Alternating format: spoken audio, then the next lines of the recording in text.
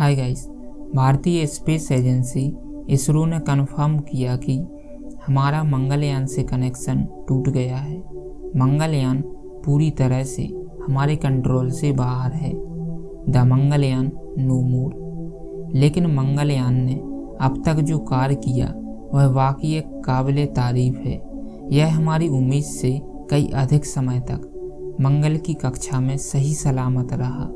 आइए जानते हैं क्या था भारत का मंगलयान, क्या थीं इसकी उपलब्धियां, आखिर मंगलयान से हमारा कनेक्शन कैसे टूटा।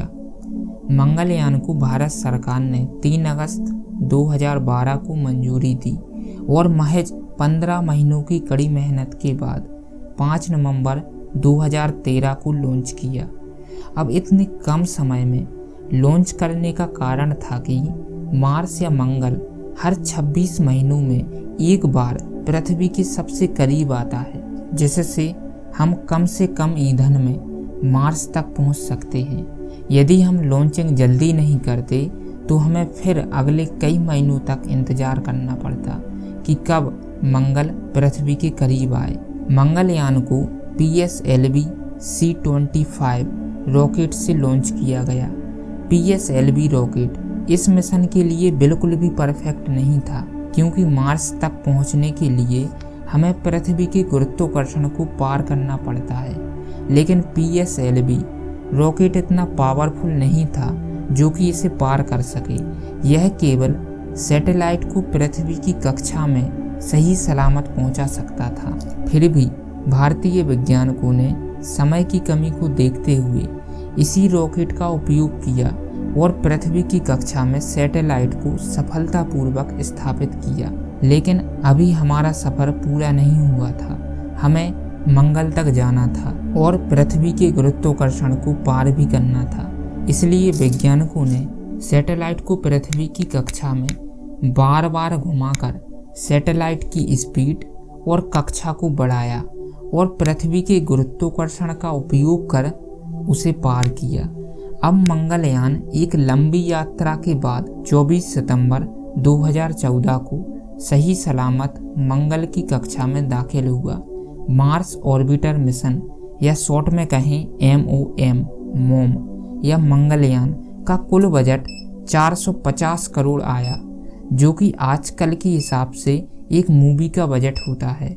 मंगलयान की सफलता के बाद भारत दुनिया का पहला देश बन गया जिसने इतने कम बजट में और पहली ही बार में मार्स मिशन किया। मंगलयान को यह मानकर भेजा गया था कि यह महज 6 महीनों तक ही काम करेगा और उसके बाद बंद हो जाएगा।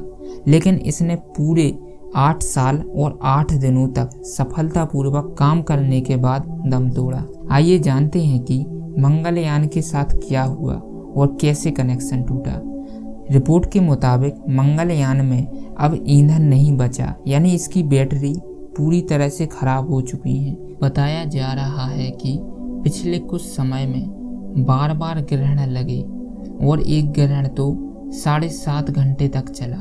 चूँकि सैटेलाइट की बैटरियाँ सैटेलाइट में लगे सोलर पैनल से चार्ज होती हैं, लेकिन ग्रहण की वजह से वह चार्ज नहीं हो पाई तथा मंगलयान में लगी बैटरियों का पावर बैकअप 1 घंटा 40 मिनट था। आपको बता दें कि स्पेस में किसी भी स्पेसक्राफ्ट या सैटेलाइट को घूमने या चक्कर लगाने के लिए किसी भी प्रकार के ईंधन की ज़रूरत नहीं पड़ती।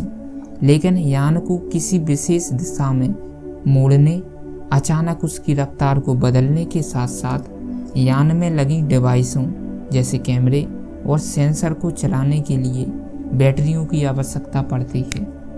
हम जानते हैं कि हर बैटरी की एक समय सीमा होती है।